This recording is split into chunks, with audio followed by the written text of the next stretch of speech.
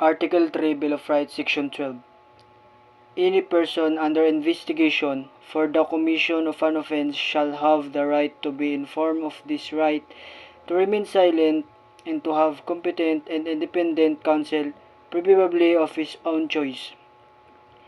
If the person cannot afford the services of counsel, he must be provided with one. These rights cannot be waived except in writing and in presence of counsel. 2. No torture, force, violence, threat, intimidation, or any other means which vitiate the free will shall be used against him. Secret detention places, solitary incommunicado, or other similar forms of detention are prohibited. 3. Any confession or admonition obtained in violation of this or Section 17 Europe shall be inadmissible in evidence against him. 4. The law shall provide for penal and civil sanctions for violations of this section, as well as compensation to the rehabilitation of victims of torture or similar practices and their families. Section 13. All persons except those charged with offense punishable by reclusion perpetua, when evidence of guilt is strong, shall before conviction be bailable by sufficient sureties, or be released on recognizance as may be provided by law. The right to bail shall not be impaired even when the privilege of the right of habeas corpus is suspended. Excessive bail shall not be required. Section 14. No person shall be held to answer for a criminal offense without due process of law. 2.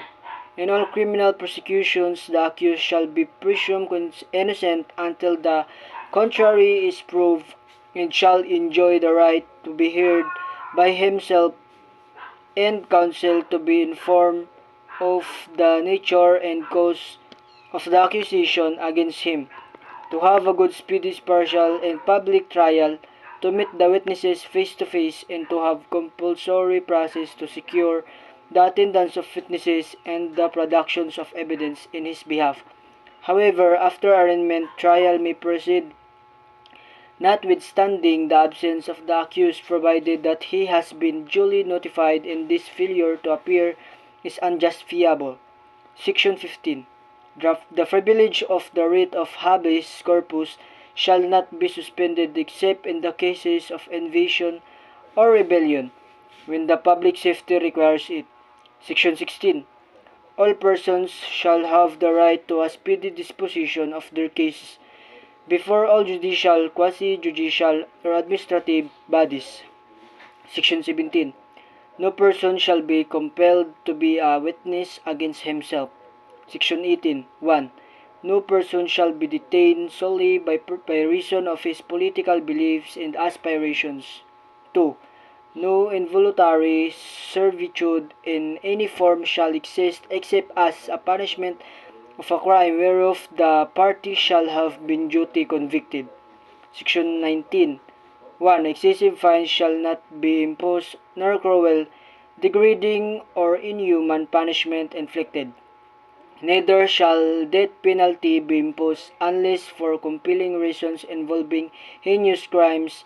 The Congress however provides for it. Any death penalty already imposed shall be reduced to reclusion perpetua.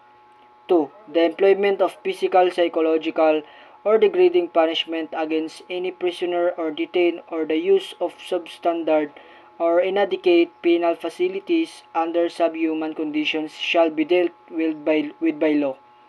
Section 20. No person shall be imprisoned for debt or non-payment for a poll tax. Section 21. No person shall be twice put in jeopardy of punishment for the same offense if an act is punished by a law and an ordinance, conviction, or acquittal under either shall constitute a bar to another prosecution for the same act. Section 22. No ex post facto law or bill of attainder shall be enacted.